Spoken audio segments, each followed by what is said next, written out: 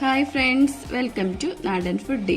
ഇന്ന് ഞാനിവിടെ തയ്യാറാക്കാൻ പോകുന്നത് ഒരു ചോക്ലേറ്റ് ഐസ്ക്രീമാണ്. വളരെ എളുപ്പത്തിൽ നമുക്കിത് തയ്യാറാക്കാൻ പറ്റും.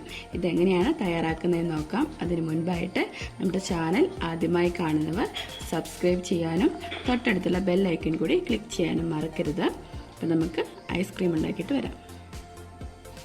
ഞാൻ സ്റ്റൗവിൽ ഒരു സോസ് പാൻ വെച്ചിട്ടുണ്ട്. അതിലേക്ക് നമുക്ക് 1 കപ്പ് പാലൊഴിച്ചു കൊടുക്കാം. അതുപോലെ തന്നെ അതിലേക്ക് 1/4 കപ്പ് മിൽക്ക് മെയ്ഡ് കൂടെ ചേർത്ത് കൊടുക്കുകയാണ്. ഇനി ഇതിലേക്ക് 1/4 കപ്പ് കൊക്കോ പൗഡറും ചേർത്ത് കൊടുക്കാം. ഇനി നന്നായിട്ട് മിക്സ് ചെയ്തെടുക്കണം.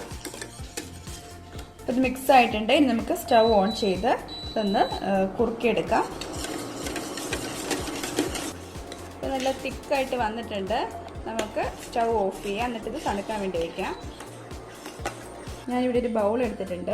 ഇനി അതിലേക്ക് നമുക്ക് 1/2 കപ്പ് വിപ്പിംഗ് ക്രീം കൂടെ ചേർത്ത് കൊടുക്കാം. ഇനി നമുക്കിത് ബീറ്റ് ചെയ്തെടുക്കാം. ഇനി ബീറ്റ് ചെയ്ത് വെച്ച ക്രീമിലേക്ക് നമുക്ക് ആദ്യം തയ്യാറാക്കി വെച്ചതും കൂടെ ചേർത്ത് ഒന്നുകൂടി ഒന്ന് ബീറ്റ് ചെയ്തെടുക്കാം.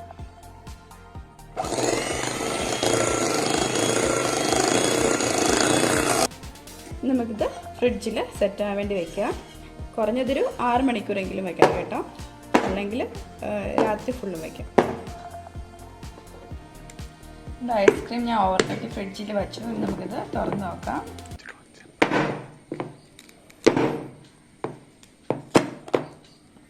അതിൽ സെറ്റായിട്ട് വന്നിട്ടുണ്ട്. ടേസ്റ്റി ആയിട്ടുള്ള ചോക്ലേറ്റ് ഐസ്ക്രീം ഇവിടെ റെഡി ആയിട്ടുണ്ട്. നിങ്ങളെല്ലാവരും ഇത് വീട്ടിൽ ട്രൈ ചെയ്ത് നോക്കണം. വളരെ എളുപ്പമാണ്. വീണ്ടും മറ്റേ റെസിപ്പിയുമായി നമുക്ക് കാണാം. ഇതുവരേക്കും ബൈ.